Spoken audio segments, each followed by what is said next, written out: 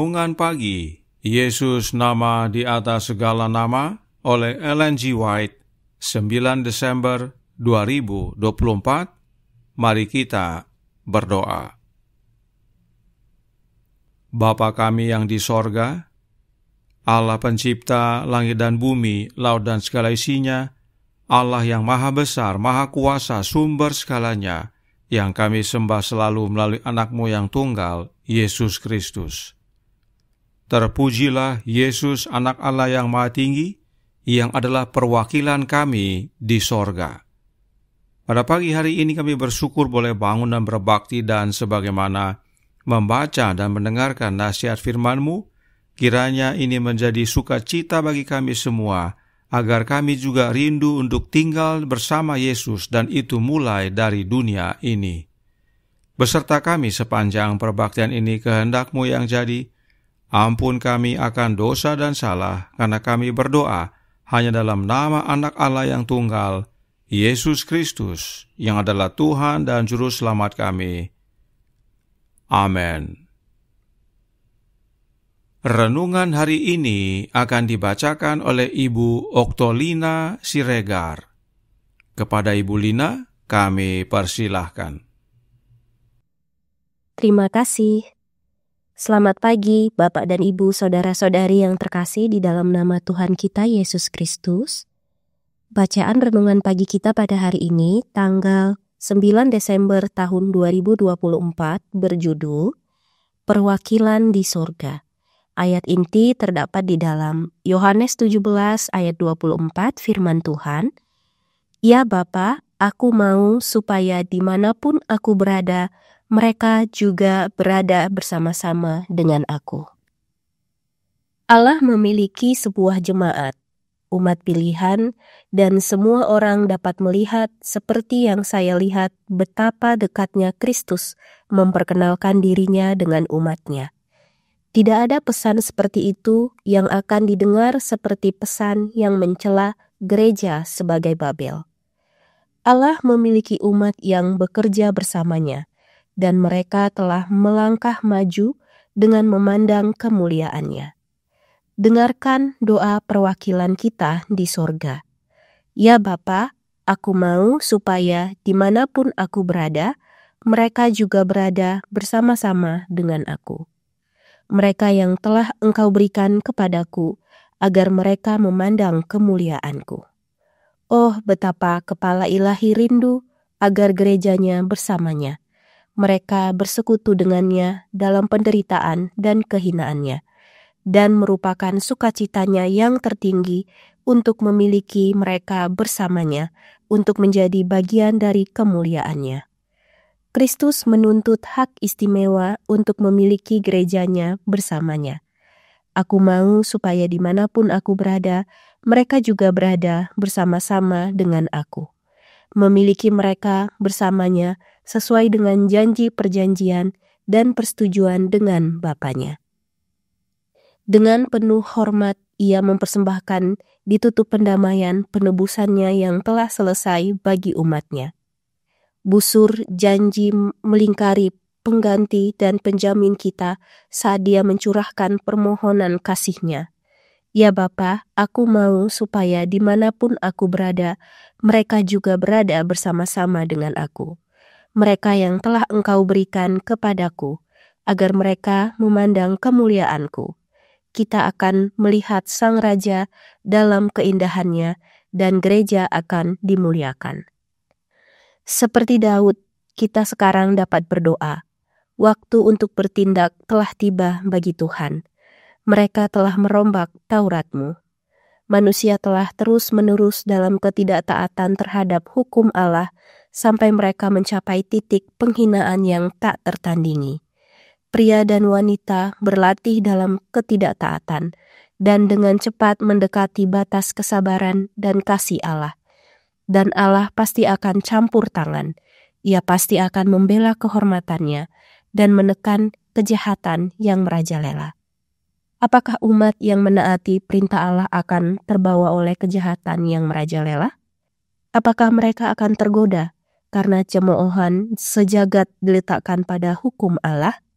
untuk meremehkan hukum yang merupakan dasar pemerintahannya baik di sorga maupun di bumi? Tidak, bagi gerejanya hukumnya menjadi lebih berharga, kudus, terhormat, saat orang-orang melemparkan cemoohan dan penghinaan padanya.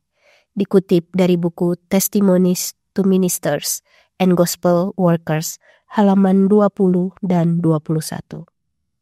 Demikianlah bacaan renungan pagi kita pada hari ini. Terima kasih, Tuhan Yesus memberkati. Terima kasih atas penata layanan Ibu Lina. Tuhan Yesus memberkati. Selamat pagi saudaraku dalam Tuhan. Paulus menuliskan dalam Ibrani 2 ayat 17 dan 18 yang berkata, "Itulah sebabnya, maka dalam segala hal ia harus disamakan dengan saudara-saudaranya, supaya ia menjadi imam besar yang menaruh belas kasihan dan yang setia kepada Allah untuk mendamaikan dosa seluruh bangsa. Sebab oleh karena ia sendiri telah menderita karena pencobaan, maka ia dapat menolong mereka yang dicobai." Kemudian Ibrani 4 ayat 14 dan 15 melanjutkan, "Karena kita sekarang mempunyai imam besar agung yang telah melintasi semua langit, yaitu Yesus, Anak Allah, baiklah kita teguh berpegang pada pengakuan iman kita. Sebab imam besar yang kita punya bukanlah imam besar yang tidak dapat turut merasakan kelemahan-kelemahan kita. Sebaliknya, sama dengan kita, ia telah dicobai, hanya tidak berbuat dosa." Inilah dasarnya bahwa Yesus adalah perwakilan kita di sorga. Yesus telah menjadi manusia, dan waktu Yesus dibangkitkan dari kematian, Yesus tetap manusia. Dan saat kembali kepada Bapa, setelah 40 hari bersama murid-muridnya, Yesus tetap manusia. The Acts of the Apostles, halaman 65 paragraf 1 berkata, "Dia telah naik ke sorga dalam bentuk manusia." Yesus naik ke sorga sebagai manusia. Inilah sebabnya kita mempunyai seorang perwakilan kita di sorga, yaitu Yesus Kristus, Anak Allah yang telah menjadi manusia dan tetap sebagai manusia. Dan tidak hanya menjadi perwakilan kita di sorga, Yesus juga rindu agar dia dapat tinggal bersama-sama dengan umat-umatnya. Karenanya, Yesus berdoa dalam Jesus Name Above All Names, halaman 361 paragraf 2.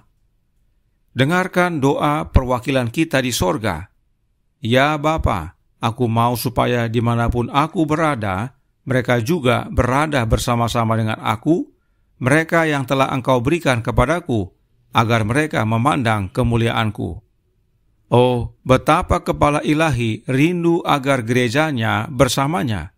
Mereka bersekutu dengannya dalam penderitaan dan kehinaannya, dan merupakan sukacitanya yang tertinggi untuk memiliki mereka bersamanya, untuk menjadi bagian dari kemuliaannya.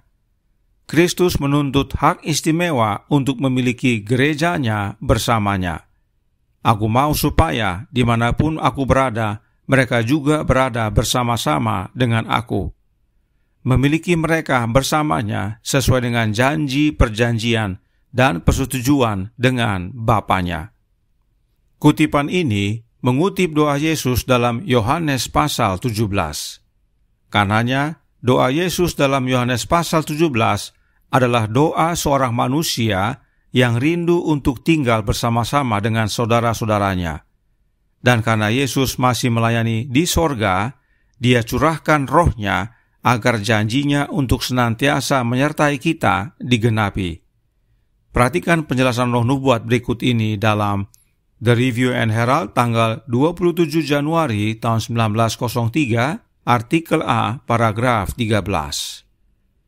"Biarlah mereka mempelajari Injil Yohanes pasal 17 dan belajar bagaimana berdoa dan menghidupkan doa Kristus. Dia adalah Sang Penghibur. Dia akan tinggal di dalam hati mereka, membuat sukacita mereka penuh."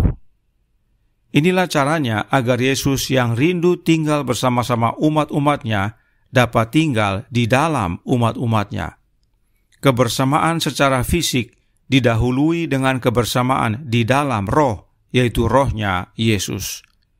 Lalu, dalam paragraf yang sama, Roh Nubuat melanjutkan, perkataannya akan menjadi roti kehidupan bagi mereka, dan dengan kekuatan yang diperoleh itu, mereka akan mampu mengembangkan karakter yang akan menjadi kehormatan bagi Allah. Persekutuan Kristen yang sempurna akan terjalin di antara mereka. Artinya, ada hubungan antara kehadiran Sang Penghibur dalam hidup kita dengan karakter, yaitu memiliki kesempurnaan karakter. Dan tentang karakter, Roh Nubuat berkata dalam Christ Object Lessons halaman 315 paragraf pertama, Allah menuntut kesempurnaan anak-anaknya.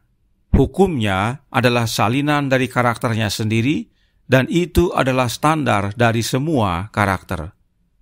Hukum Allah adalah salinan karakter Allah, dan itulah standar semua karakter, khususnya bagi kita. Inilah hubungannya karakter dan hukum. Dan karenanya, renungan hari ini berkata dalam Jesus Name Above All Names, halaman 360 paragraf 3. Apakah umat yang menaati perintah Allah akan terbawa oleh kejahatan yang merajalela? Apakah mereka akan tergoda karena cemoohan sejagat diletakkan pada hukum Allah untuk meremehkan hukum yang merupakan dasar pemerintahannya, baik di sorga maupun di bumi? Tidak. Bagi gerejanya, hukumnya menjadi lebih berharga, kudus, terhormat, saat orang-orang melemparkan cemoohan dan penghinaan padanya. Saudaraku dalam Tuhan, bagi umat Allah, penurutan hukum adalah lebih berharga, sebab itulah salinan karakter Allah. Dan agar umat-umatnya dapat menghidupkan karakter Allah tersebut, perwakilan kita di sorga, yaitu Yesus Kristus, mencurahkan rohnya.